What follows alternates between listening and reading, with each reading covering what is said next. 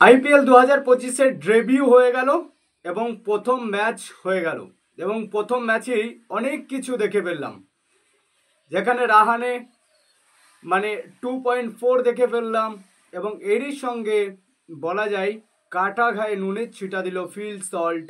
এবং সবচেয়ে বড় বড় ফ্যাক্ট হয়ে উঠল কি ফিল সল্টকে ছেড়ে দেওয়া কেকেআরের জন্য, এবং সবচেয়ে হিউজ পরিমাণ বেশি কেকেআরের এক্স প্লেয়াররা মিলেই কেকেআরকে নিজস্ব ইডেন গার্ডেন্সে হারালো। চলো সম্পূর্ণ বিস্তারিত ম্যাচের ডিসকাশন করবো এই ভিডিওতে, সম্পূর্ণ ভিডিও দেখতে থাকো। এখনও যারা চ্যানেলটি সাবস্ক্রাইব করেনি অবশ্যই সাবস্ক্রাইব করে আমাদের সঙ্গে থাকো।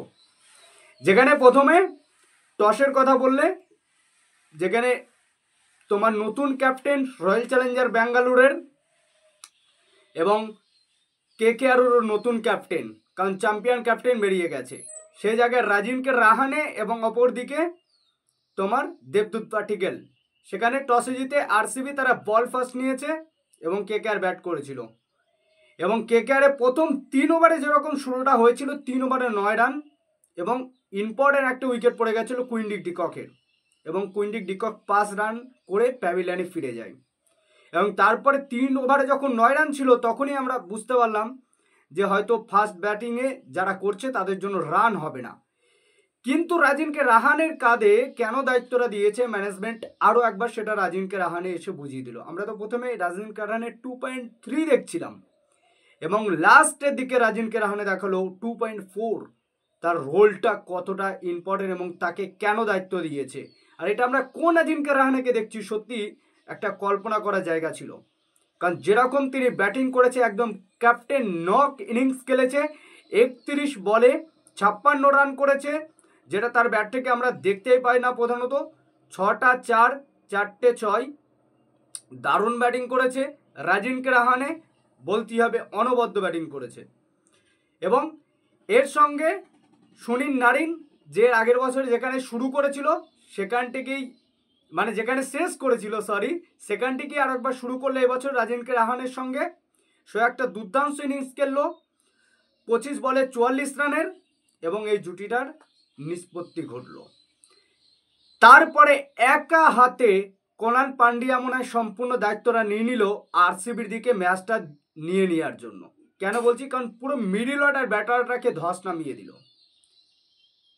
কি যেখানে হচ্ছে তোমার ভেঙ্কটেশ্বর, যে একটা সত্যি চাপে থাকার কথা এবং চাপেও ছিল এই ম্যাচও, 23,75,00,000 টাকা দিয়ে তাকে নেওয়া হয়েছে, সে ভেঙ্কটেশ্বর রান পায়নি।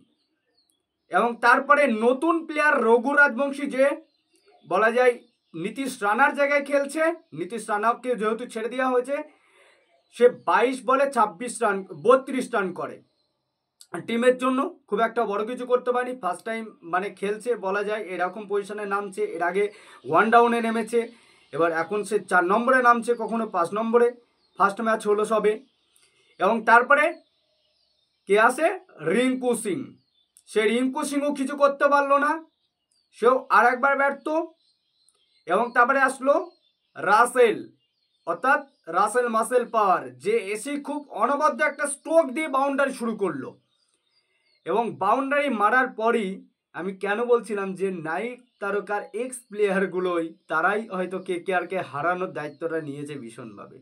হ্যাঁ, সুয়েশ শর্মা, যে কেকেআরের আগের বছর খেলেছিল, সেই সুয়েশ শর্মা সে দুর্ধর্ষ বোলিং করলো এবং পুরো গুগলি দিয়ে রাসেলকে প্যাভিলিয়নে পাঠিয়ে দিল, এখানে উইকেটে ধসটা পুরো নামিয়ে দিল।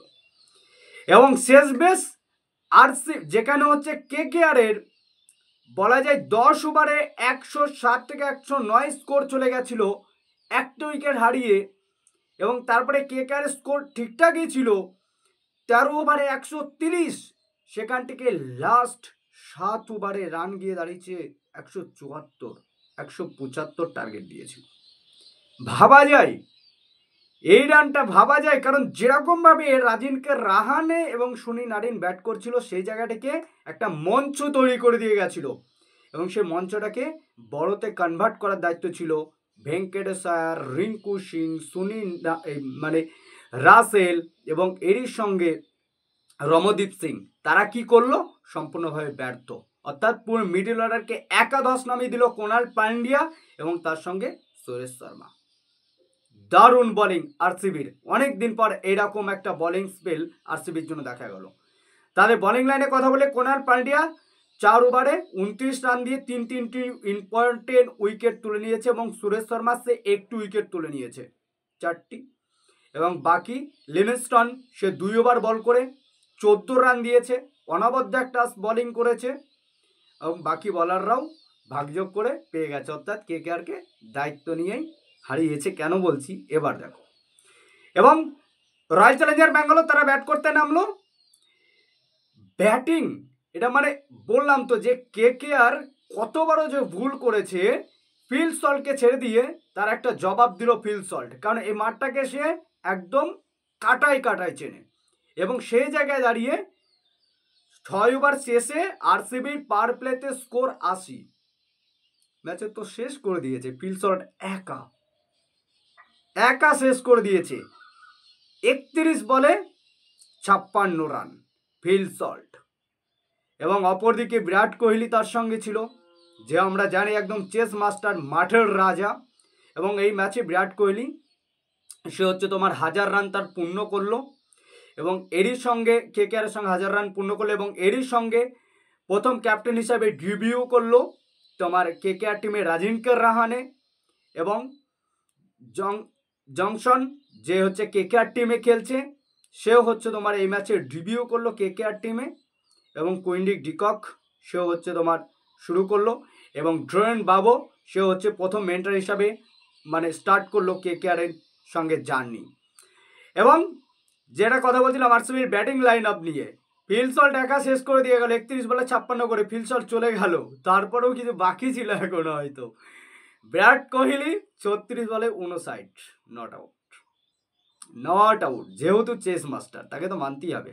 মাঝে একটা ছোট্ট ক্যাপ্টেন নক ইনিংস খেলে দিয়ে গেল দেবদূত পাটিক্যাল 16 বল 34, এবং তারপরে লিভিংস্টন এসে সে বিরাট কোহলির সঙ্গে ম্যাচটা ফিনিশ করে দিল 16 ওভারে, এবং আরসিবি ম্যাচটা খুব ইজিলি জিতে গেল।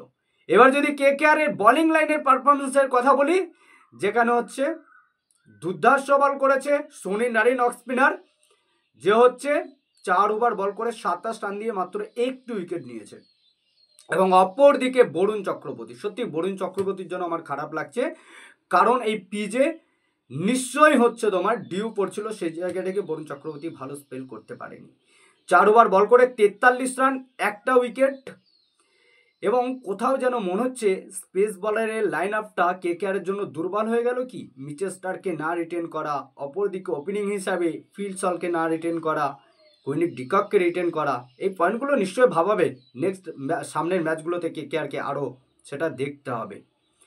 যেখানে হচ্ছে তোমার বয়বড়রা তাকে বিশ্বাস করে বল দিয়েছিল, সে 3 ওভারে 32 রান খেয়েছে, মানে 42 রান খেয়েছে এবং কোনো উইকেট পায়নি, এবং হর্ষিত রানা সে 3 ওভারে 32 রান খেয়েছে, কোনো উইকেট পায়নি। এ হচ্ছে কেকেআরের বোলিংয়ের ফিগার। আর জংশন যে হচ্ছে ডেবিউ করলো, সে 2 ওভার 2 বলে 32 রান খেয়েছে।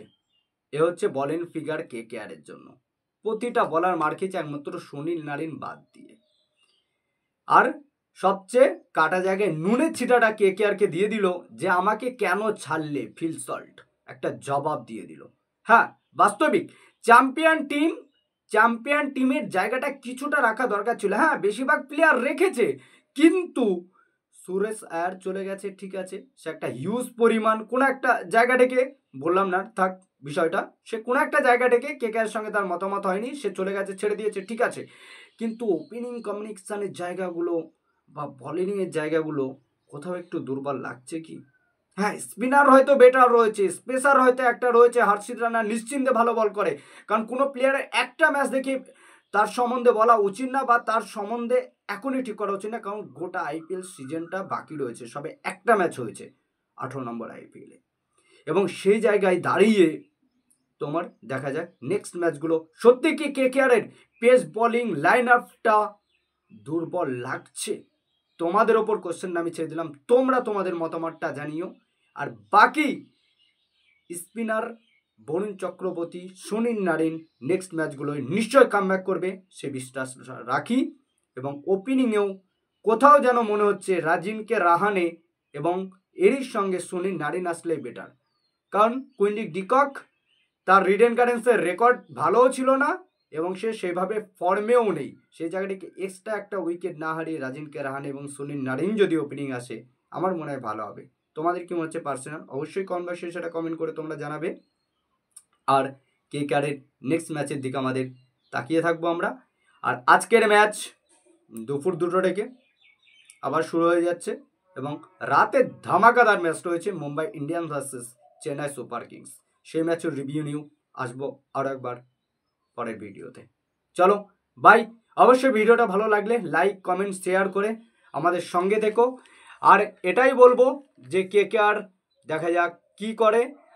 আরেকটা কথা জানিয়ে দিই, 2025 আইপিএল 18 নম্বর সিজন আইপিএল হলো এবং ভোটার অধিকার পেয়ে গেল আইপিএল, অর্থাৎ অ্যাডাল হয়ে গেল আইপিএল, কারণ 18 বছরে পা দিয়ে দিল আইপিএল।